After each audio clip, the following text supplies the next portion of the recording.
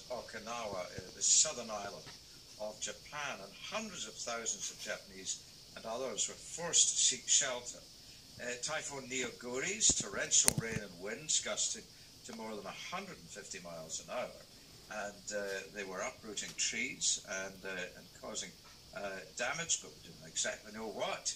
Well, now we get a bit better idea because this morning we're joined by Jeff Yakeman, who is a major in the US Air Force, based at their huge base in Okinawa.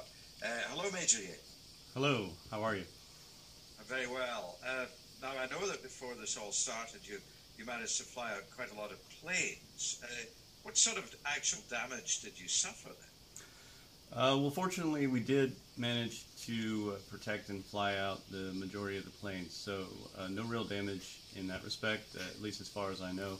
We are all still on lockdown in our homes at this point in time. The typhoon has really passed on by, and just recently the rain has finally stopped, but the amount of rain that fell in the last 24 hours was just torrential, and there's massive flooding all over the island at this point.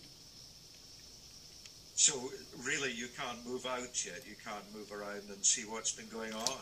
Well, we started up a Facebook group where people from all over the island have been posting photos and videos, and so we're getting a real window as to what's going on from that, and people are posting just incredible shots. It was over about almost 18 inches of rain that we received. And so firstly you have the damage from the winds that we had yesterday, because those were very intense for a while. So there's trees downed, some cars flipped, some photos we've seen of buildings with parts of the roofs peeled away and such.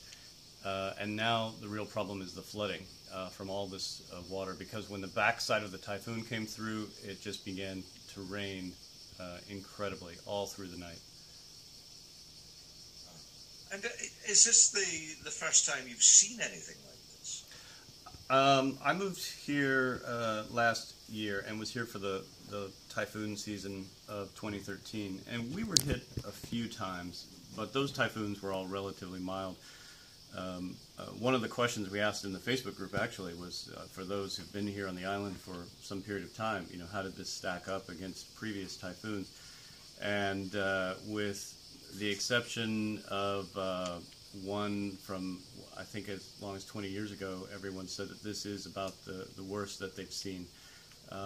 Some who were here for Jelawat previously, where again cars were flipped and all this sort of thing, said that that one was also bad, but this one really dumped more rain. And so that's why we're seeing so much more flooding at this point.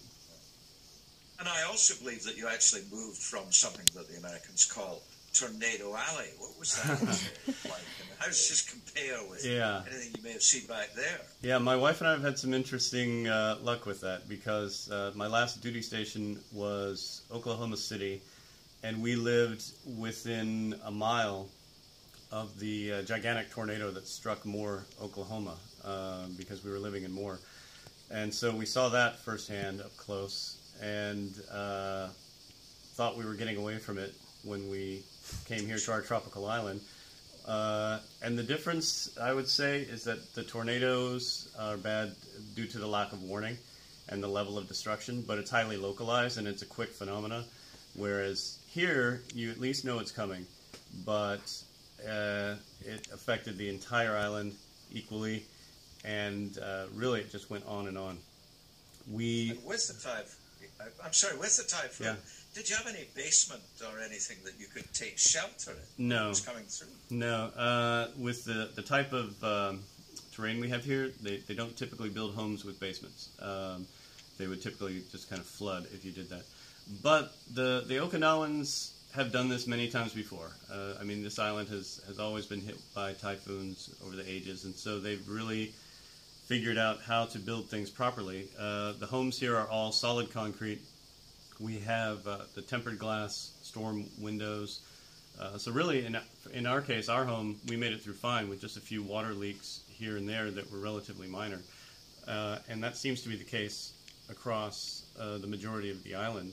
And in fact, we've seen where even though there's this flooding and all these other things going on, people, the locals at least, the Okinawans, are already out on the streets, buses are running, and they're just already in the process of getting back to normal.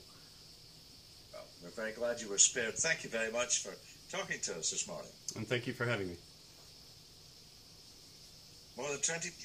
Thanks very much for your time. Start from nature.